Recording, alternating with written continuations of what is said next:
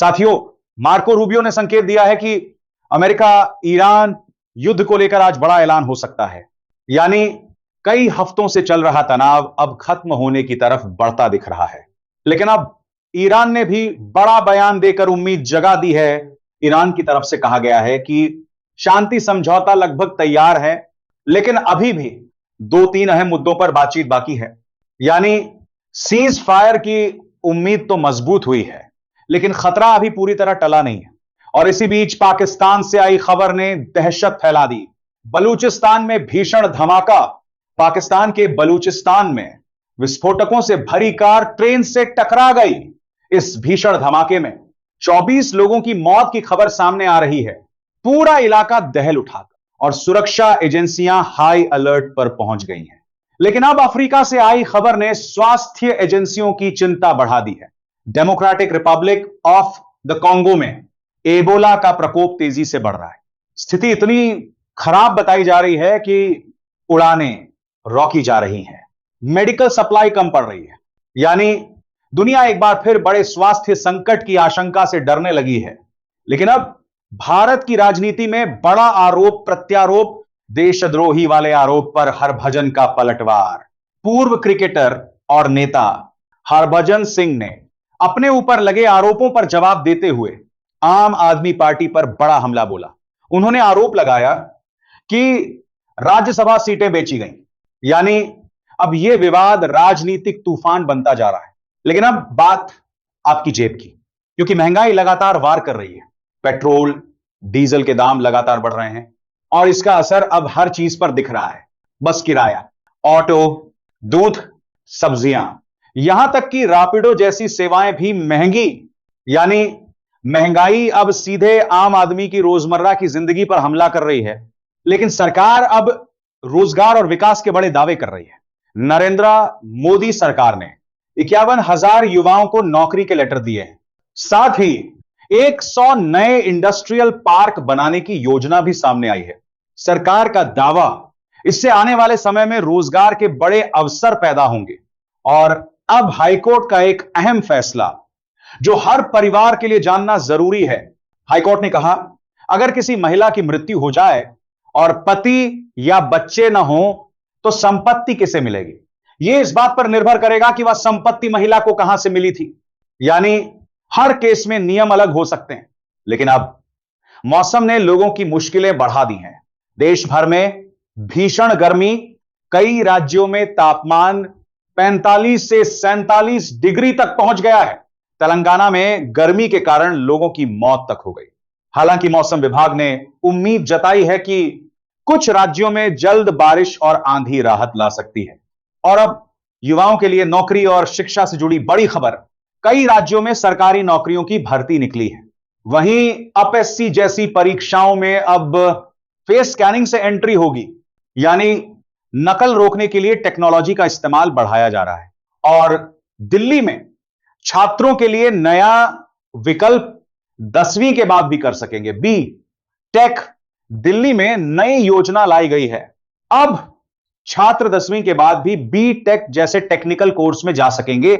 यानी तकनीकी शिक्षा का नया रास्ता खुलता दिख रहा है। लेकिन अब बेंगलुरु वालों के लिए मौसम विभाग की चेतावनी। बेंगलुरु में बारिश का yellow alert. India meteorological department ने कर्नाटक और बेंगलुरु में अगले 2 दिनों तक तेज बारिश और गरज चमक की चेतावनी जारी की है। और आखिर में दुनिया की सबसे अहम रणनीतिक बैठक दिल्ली में होगी। क्वाड देशों की बड़ी बैठक। भारत, अमेरिका, जापान और ऑस्ट्रेलिया के विदेश मंत्री जल्द दिल्ली में एक साथ बैठेंगे। मुद्दे क्या होंगे? इंडो पैसिफिक सुरक्षा, चीन की रणनीति, समुद्री ताकत। यानी दुनिया की बड़ी ताकतें अब नए समीकरण बना रही हैं। तो साथियों, मिडिल ईस्ट में शांति की उम्मीद, दुनिया में बढ़ता तनाव और भारत में महंगाई और राजनीति की हलचल, हर खबर यह बता रही है कि आने वाले घंटे बेहद अहम होने वाले हैं। सऊदी अरब के प्रिंस सुल्तान एयरबेस पर अमेरिकी गतिविधियों में बढ़ोतरी देखी गई है। सामने आई सैटेलाइट तस्वीरों के हवाले से दावा किया जा रहा है कि एयरबेस पर कई टैंकर विमान, निगरानी विमान और लड़ाकू जेट दिखाई दिए हैं। विशेषज्ञों का मानना है कि जब किसी क्षेत्र में इस तरह की गतिविधियां बढ़ती हैं तो उसके पीछे सिर्फ नियमित सैन्य अभ्यास ही नहीं बल्कि रणनीतिक तैयारी की संभावना भी देखी जाती है। उधर अमेरिकी खुफिया एजेंसियों से जुड़ी रिपोर्ट्स ने भी नई बहस छेड़ दी है। कहा जा रहा है कि ईरान की सैन्य क्षमता को लेकर जो दावे पहले किए गए थे वे पूरी तरह स्पष्ट नहीं हैं। रिपोर्ट्स के अनुसार ईरान अपनी कुछ सैन्य क्षमताओं को अपेक्षा से कम समय में फिर से सक्रिय कर सकता है। यदि ऐसा होता है तो क्षेत्रीय समीकरणों पर इसका असर पड़ सकता है। अब बात करते हैं उस मुद्दे की जो सीधे अमेरिका और इजराइल के संबंधों से जुड़ा हुआ बताया जा रहा है। मीडिया रिपोर्ट्स के मुताबिक अमेरिकी राष्ट्रपति और इजरायली नेतृत्व के बीच हुई बातचीत काफी महत्वपूर्ण मानी जा रही है। दावा किया जा रहा है कि दोनों पक्षों के बीच ईरान को लेकर अलग अलग दृष्टिकोण सामने आए हैं। एक तरफ सैन्य दबाव की रणनीति पर जोर देने की बात कही जा रही है तो दूसरी तरफ बातचीत और कूटनीतिक समाधान को प्राथमिकता देने की चर्चा भी सामने आई है। इसी बीच कुछ रिपोर्ट्स में यह भी कहा गया कि क्षेत्रीय देशों ने तनाव कम करने की कोशिशें तेज की हैं। शारी देशों की भूमिका को लेकर भी चर्चा हो रही है क्योंकि किसी बड़े संघर्ष का असर केवल एक या दो देशों तक सीमित नहीं रहेगा बल्कि पूरी वैश्विक अर्थव्यवस्था तक जा सकता है। अब नजर डालते हैं अमेरिका और ईरान के बीच संभावित मसौदे पर। मीडिया रिपोर्ट्स के अनुसार एक प्रस्तावित ढांचे पर चर्चा चल रही है जिसमें युद्ध विराम, समुद्री मार्गों की सुरक्षा और प्रतिबंधों में चरणबद्ध राहत जैसे मुद्दे शामिल बताए जा रहे हैं। हालांकि दूसरी तरफ कुछ सूत्रों ने इन खबरों को समय से पहले की अटकलें बताया है।